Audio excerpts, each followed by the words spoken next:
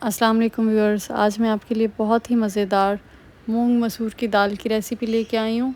बिल्कुल डिफरेंट तरीके से हम इसको बनाएंगे। दो तरह का इसको भगार लगाएंगे। पहले इसको पकाएंगे अच्छी तरह से, फिर उसके बाद इसको एक और तड़का लगाएंगे। बहुत ही मज़ेदार ये दाल बन के तैयार होती है। आप इसको लाजमी ट्राई कीजिएगा और मुझे फ़ीडबैक दीजिएगा। और रेसिपी अच्छी लगे तो चैनल को सब्सक्राइब कर दीजिएगा। सबसे पहले मैंने आधा कप कुकिंग ऑयल ले लिया है। इसको हल्की आंच पे रख दिया गरम करने के लिए। अब मैंने इसमें डाला है आधा चाय का चमचा ज़ीरा शामिल कर दीजिएगा। पहले हम जो है मसाले कम डालेंगे क्योंकि बाद में भी इसमें जाएंगे। तो मैं आधा चाय का चमचा डाल रही हूँ इसके अंदर ज़ीरा। फिर इसके बाद मैंने इसमें प्याज डाली है। एक मीडियम साइज़ की मैंने प्याज ले ली है। प्याज दाल के अंदर कभी भी ज़्यादा नहीं डालते, नहीं तो दाल जो है बिल्कुल मीठी हो जाती है। तो मैंने एक मीडियम साइज़ की प्याज ली है और मैं 1 कप दाल बना रही हूँ। आधा कप मूंग और आधा कप मसूर, उस हिसाब से मैं आपको प्याज की क्वांटिटी बता रही हूँ। अब मैं इसको फ्राई कर लूँगी जब तक ये गोल्डन ब्राउन नहीं हो जाती हमारी प्याज। हल्की आंच पे इसको पहले हम इसका पानी ख़त्म करेंगे। प्याज के अंदर पानी होता है तो पहले हल्की आंच पे रखते हैं। उसके बाद ये खुद ही आराम से जो है तेज़ आंच बाद में करेंगे तो ये इस तरह से ब्राउन हो जाएगी। उसके बाद मैंने 2 मीडियम साइज़ के टमाटर ले लिए थे, उसको पेस्ट बना के रख दिया था, वो शामिल कर दिया है। काट के भी आप डाल सकते हैं, लेकिन पेस्ट से ये है कि अच्छे से ये दाल में टमाटर मिक्स हो जाएंगे और नज़र नहीं आएंगे। इसके बाद मैंने आधा चाय का चमचा लहसुन का पेस्ट डाला है और आधा चाय का चमचा अदरक का पेस्ट डाला है।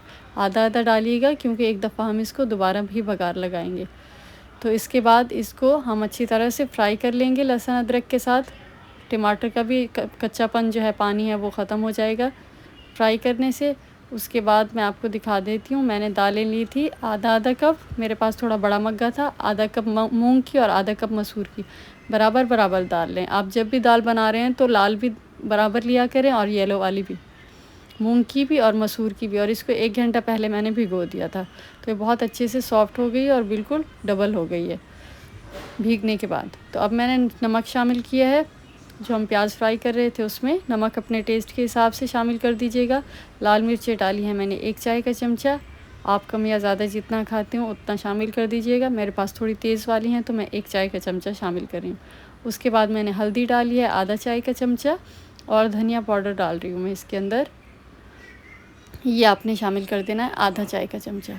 इसके बाद हम इसको अच्छी तरह से फ्राई करेंगे, अच्छी तरह से, ताकि मिर्चों का जो कच्चापन है वो ख़त्म हो जाए। ऑयल के अंदर फ्राई होगी तो इसका कच्चापन ख़त्म हो जाएगा।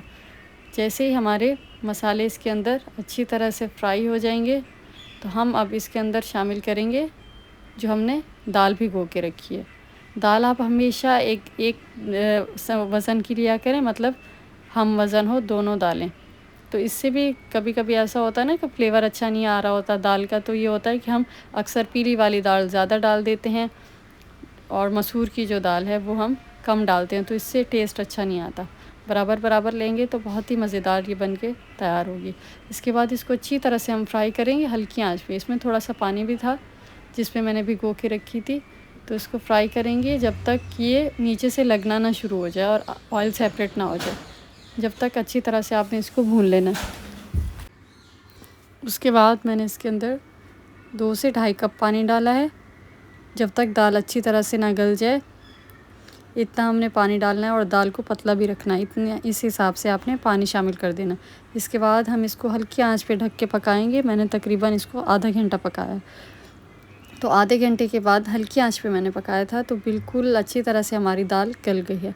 आप चाहें तो इस टाइम पे इसको थोड़ा सा घोट सकते हैं या हैंड ब्लेंडर से भी ब्लेंड कर सकते हैं, लेकिन मैं चावल के साथ सर्व करूँगी इसको, तो मैं इसको बग़ैर ब्लेंड किए या बग़ैर जो है इसको घोटे मैं इसको ऐसे ही सर्व करूँगी।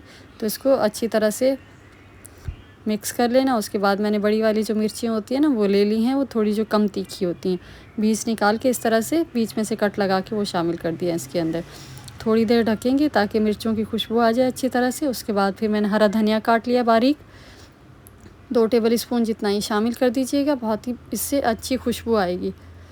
ये डालने के बाद जो है हम इसको शामिल इसमें करेंगे 2 खाने के चमचे भर के इमली का पल्प। इमली भिगो के रखी थी मैंने, उसका पल्प निकाल के फ्रेश ये शामिल किया मैंने। इससे बहुत ही मज़ेदार सा खट्टा सा फ्लेवर आएगा और दाल जो है बहुत ही मज़ेदार लगेगी।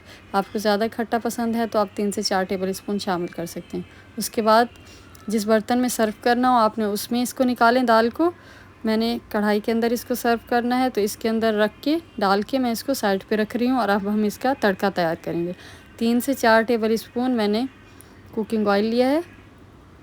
इसमें हम भगार लगाएंगे। पहले कम डाला था ऑयल जब हम इसको पका रहे थे दाल को, क्योंकि बाद में भी हमें जो है ना इसको भगार में ऑयल डालना है। तो ज़ीरा डाला है इसके अंदर और कश्मीरी लाल मिर्च डाली है साबुत, और फ्रेश जो है कूट के मैंने डाला है क्रश करके। इसमें लहसुन 1 खाने का चमचा ये डाल दीजिएगा।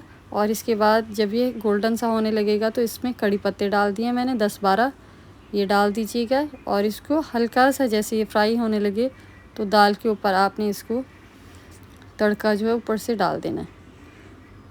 और इसके बाद मैंने इसके ऊपर डाला थोड़ा सा गरम मसाला पाउडर। जब आप इसको सर्व करने लगें तो बहुत अच्छी खुशबू आएगी। जब गरम गरम तेल हो तो आपने ऊपर से डाल देना और इसको मिक्स कर देना है।